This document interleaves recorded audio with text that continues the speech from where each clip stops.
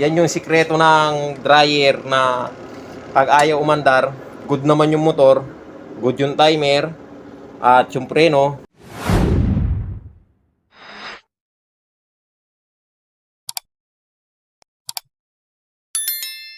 Yan guys, magandang araw. May gagawin tayong sharp na washing machine. So ano to, washing with dryer. So may kasama siyang dryer.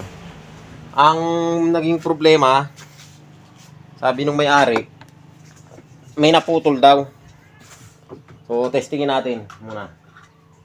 Saksak. So nakasaksak na siya, yan. So ngayon, may naputol daw na spring. So ayaw yata. Yun, gumagana yung washing. So off muna natin yung dryer muna. Yung dryer ayaw kasi may naputol daw siyang spring. So ito, naputol niyang spring, oh. Yan. Spring to dito sa takip. Dito nakalagay yan doon sa loob. Dito. So naputol. Nung naputol, ayaw na raw umandar. So ito kasing spring, kahit wala ito, aandar dapat yan. Ang trabaho kasi itong spring, yung pag inangat mo, hindi siya bababa kusa. Ang problema ngayon, ayaw niyang gumana. So, pwedeng dito sa may takip, yung switch niya dito ay hindi nagko-contact. O di kaya, preno. So, check natin yung preno kasi ang problema nito, yung dryer. Yung washing umaandar. Bago lang daw to, bibili lang. Mukhang makinis-kinis pa yung kaha. So ngayon, babaklasin natin itong takip sa likod. Tingnan natin baka nakapreno lang kung bakit ayaw niyang umandar. So ito ang naging problema niya, itong kable. No? Parang hindi nahihili. Yan, pag binaba, kapag binaba mo siya, naglalaro naman, nahihila, kaya lang tudukutin natin dito sa ilalim. Pumipreno, ayan, umuhuni, ayan. So ibig sabihin hindi nahihila, nakapreno nga. So ayan, testingin natin siyang baklasin ito, tanggalin. Tingnan natin kung bakit ayaw niyang mahila.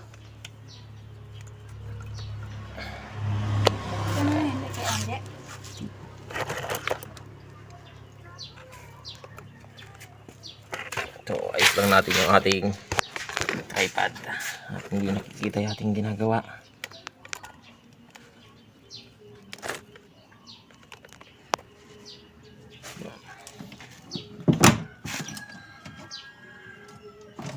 Mahigpit.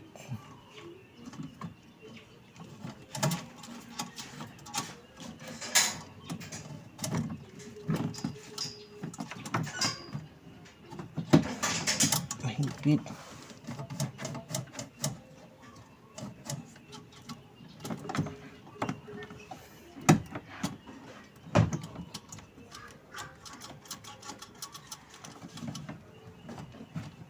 Mahigpit ang preno.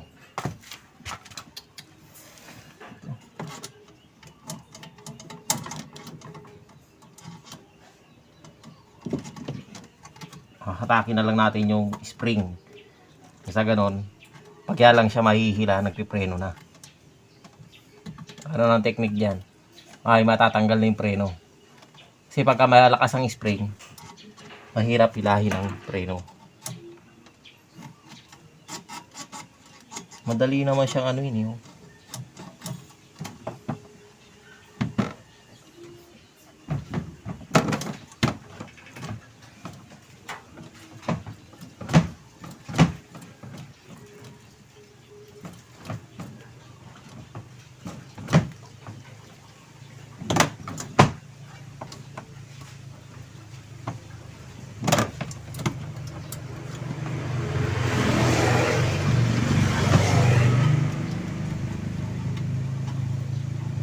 Sa hila, malakas ang spring.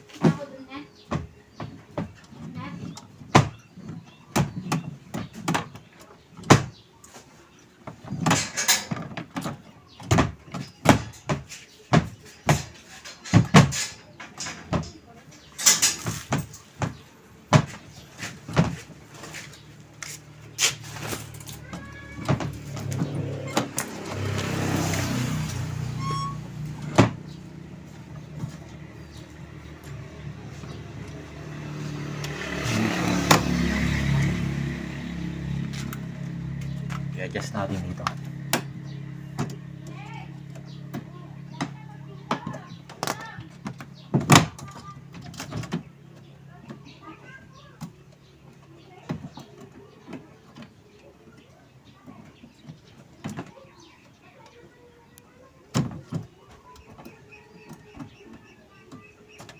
So mag-a-adjust tayo ng preno sa pangatlo o pangalawa pala.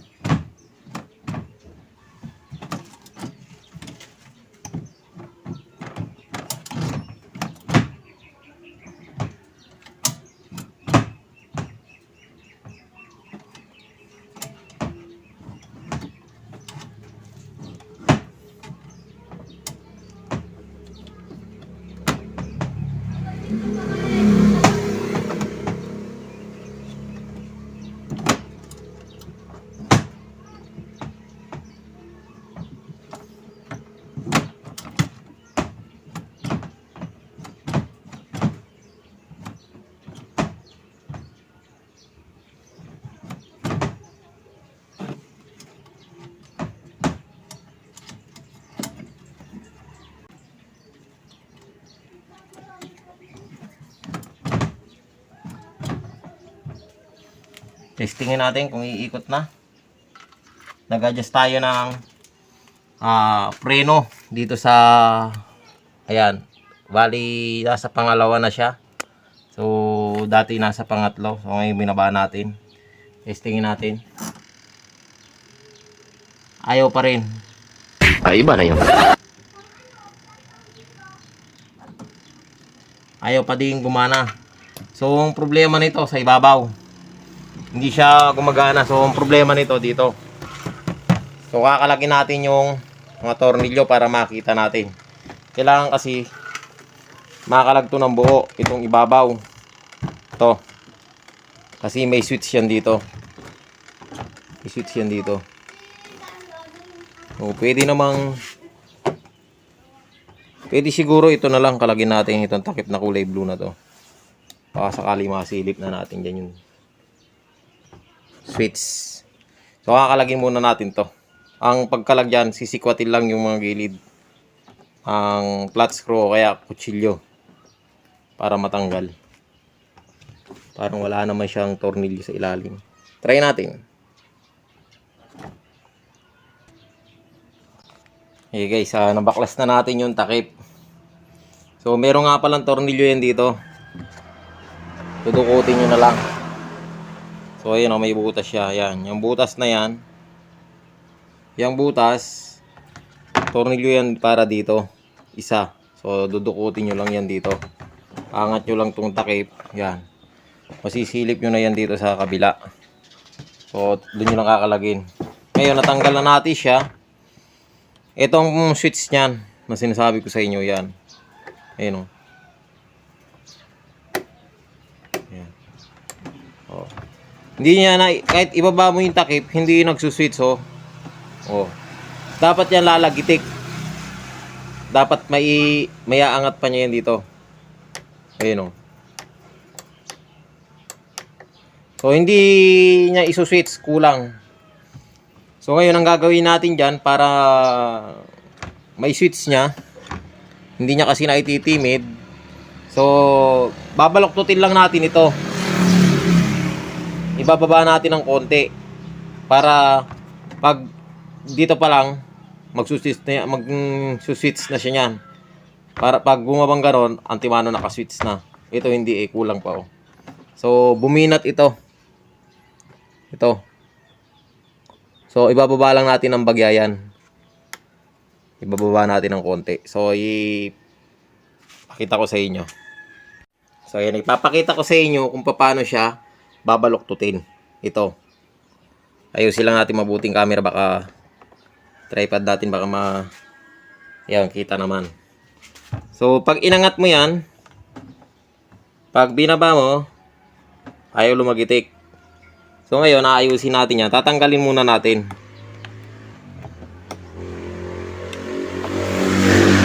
Mahirap tanggalin ah.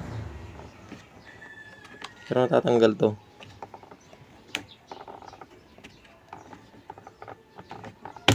Yun. So yan, natanggalan natin. Medyo nanginginig lang yung camera natin kasi nakapatong siya dito sa ibabaw ng wasing. So ngayon babaluktutin natin yan. Ito. Ibabaluktot lang natin pababa. Para i-press niya mabuti.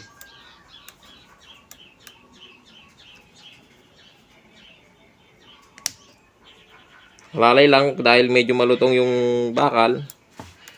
Baka so yan, nabaluktot na siya. Medyo nabaluktot na ng konti.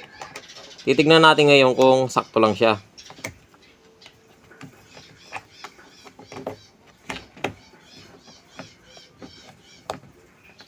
Wala tayong tagahawak ng camera natin kaya nanginginig. Pagpasensyahan nyo na yung kuha ng camera. Ibabalik ko lang tong switch. So yun. Ayun o. Maligtad. Dapat nakaangat ito. Yun. Yun. So yun. Okay na siya. Lumagitik na. Hindi pa man naipababa. Galing ha? Ayun. Okay na. So ngayon, testingin natin siya kung aandar na ba. Isasaksak muna natin yung outlet o yung plug. So ayan na, isaksak natin yung plug. At testingin natin yung dryer. So ayun, nakasaksak na siya. So huwag nyo hahawakan dyan. Live yan. Dito tayo sa timer ng dryer. Ayun na. So maingay. Meron pa lang ito. Lagi pala yung ano niya. Kaya maingay. O yun, testingin natin siya uli. So yun, maandar na. Ayos na. Ayun o. Yan. Umugong na, nanginginig. Ayun. Pag inangat natin yung takip, yung switch niya bibitaw. Tingnan nyo mabuti oh. So, namamatay, di ba? Pag binaba natin yan, magsuswitch yan. Aandar na naman. Oh, di ba? So, ganun lang siya kasimple. Yun yung ano, yan yung sikreto ng dryer na pag ayaw umandar, good naman yung motor, good yung timer, at yung preno. So, dyan tayo sa ibabaw yung switch. So, yan. Ayun o. Ayun o. Umiikot na. Yun. Bright na bright ka talaga. O, di ba? So, pag inangat mo yan, mamamatay. Kasi magsuswitch yan doon. Yun. O, baba natin. Ikot siya uli. Yun o. Okay na. So ayan guys, ang ayusin na lang natin yung spring. Yung spring niya dito. Pero kahit wala yung spring na, inaandar yan. Kasi ang trabaho lang naman ng spring para hindi siya bumababa ng kusa yung takip. Yun. Pero sa totoo lang, kahit wala yung spring na naputol kanina, aandar yan. So guys, nakakita tayong spring nga ito. So ito ipapalit natin. So ang pagpalit niyan, ganito. So yung spring, dito yung isa. Dito. Yung isa, dito sa takip. Dito sa may butas na to. Ayan. Diyan. Tapos yung isa doon. So kakabit ko lang muna, lang maghahawak ng camera natin, baka bumaligtad. O tignan natin kung kaya natin ikabit na. Mahirap. So walang maghahawak. So ayusin ko lang yung pagkakakuha ng spring, pagkakakabit. Kakabit muna natin siya. So yun guys, ay naikabit na natin siya. Ganyan lang siya oh. Pasok doon sa may butas, saka dito sa may butas. So, ganyan lang, oh. Ayan. Hindi matatanggal yan. At may laban na din, oh. So, yun guys, ha, ikakabit na lang natin yung takip. So, hindi ko na siguro ipakita sa inyo yung pagkabit nitong takip dito, saka doon sa likod. So, yun guys, hanggang dito na lang yung video natin at maraming salamat sa panonood.